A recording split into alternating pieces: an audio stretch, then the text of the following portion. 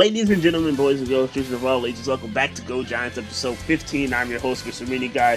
Stop the Madden theme right there. Cue the ESPN music. It's once again, for the second time this year, rivalry game, Giants, Redskins today.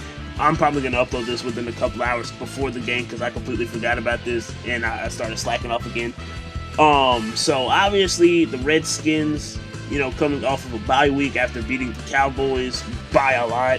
Giants obviously having another heartbreaking loss again for like the fourth week in a row to the Buccaneers. So this is the preview show. You guys know the gist. Today's show, I'm going to take you through the Redskins' last game, standings for the NFC East, some stats for the Redskins players, and what my prediction will be. So without further ado, let's go ahead and get into it.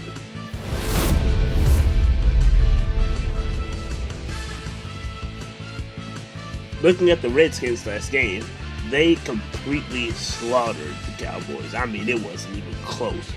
Obviously, there are a couple of reasons for this. Andy DiNucci was the Cowboys quarterback, and he's awful. But the score was 3-25. The Redskins win their second game of the season, and the Cowboys lose their sixth game of the season, putting the Redskins in second, competing with the Eagles for the, win the NFC East, which it really isn't saying much, and it puts the Cowboys in third place. I always love to see the Cowboys upset and in tears.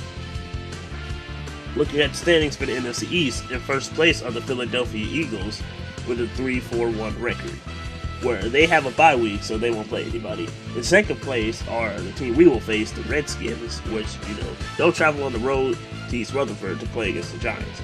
In third place are the Dallas Cowboys with a 2-6 record, as they will stay at home and play against the Steelers, which will always be a difficult game.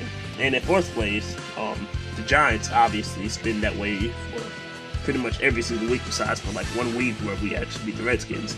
And we'll play them again at home. Looking at Kyle Allen's stats in the game, he completes 15 passes out of 25 attempts with a percentage of 60%.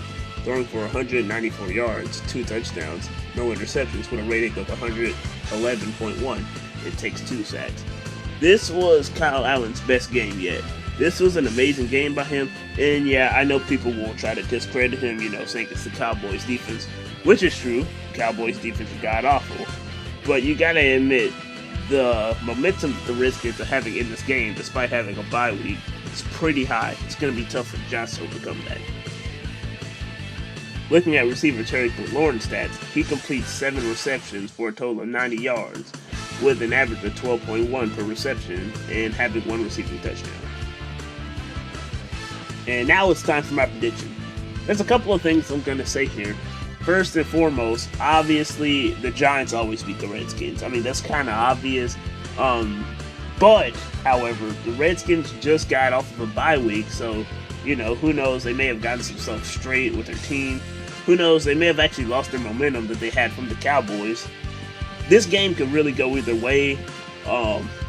Some other things is that the Giants cannot close out games for the life of them. The Giants are in the fourth quarter football team. Like I said, it's the same thing that happens every single week, and I think this is why I'm starting to slack off with these videos, is that the same thing happens. Giants get off to a good start, either right before halftime or during halftime. Not during halftime, or after halftime. The other team scores a touchdown. Giants will have to, have a bounce back scoring drive or something. Jones ends up throwing an interception, or somebody ends up dropping the ball leading to a Jones interception, like Evan Ingram did in the Eagles game. Andrew Thomas completely blows his block, leading Daniel Jones to get fumbled. Either way, something like that's going to happen, leading for the other team to score the ball. Defense is going to get tired because they've pretty much been on the field for the entirety of the second half. Ultimately, the Giants end up losing. Who knows? It could really go either way because, like I said, the Redskins are a really bad team. Then again, every single team in the NFC East is, so that's really not saying much. I do have the Giants once again losing this game. And as always, the Giants always keep it close, 17-21. I hope you enjoyed this video, and as always, go Giants.